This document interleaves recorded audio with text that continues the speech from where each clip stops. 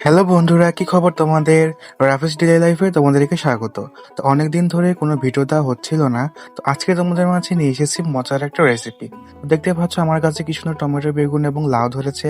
তো আজকে এই আমার গাছের বেগুন দিয়ে সুন্দর একটা মজাদার রেসিপি তোমাদের সাথে শেয়ার করব। প্রথমেই বেগুনটাকে কেটে নিব। তো মাশাআল্লাহ অনেক সুন্দর বেগুন হয়েছে এবং গাছটা কিন্তু ছোট, কিন্তু সুন্দর ফল দিচ্ছে এবং অনেক ফুল আছে। এখানে আম্মু পরিমাণ মতো পেঁয়াজ, মরিচ এবং টমেটো কেটে নিয়েছে, একটা ইলিশ মাছ কেটে নিয়েছে, আর এখানে কেটে নিয়েছে হচ্ছে পেঁয়াজের ফুল, আলু এবং আমার গাছের বেগুনটা। এই বেগুনটা কিন্তু আজকে সুন্দরভাবে চচ্চড়ি।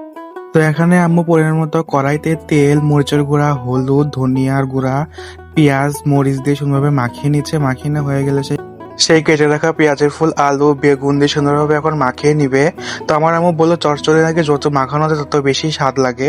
তো এখানে হচ্ছে মাখানো হয়ে গেলে বড়ির মতো যে টমেটো কেটে রেখেছিল সেগুলো দিয়ে আবার ভালোভাবে মাখিয়ে নিবে।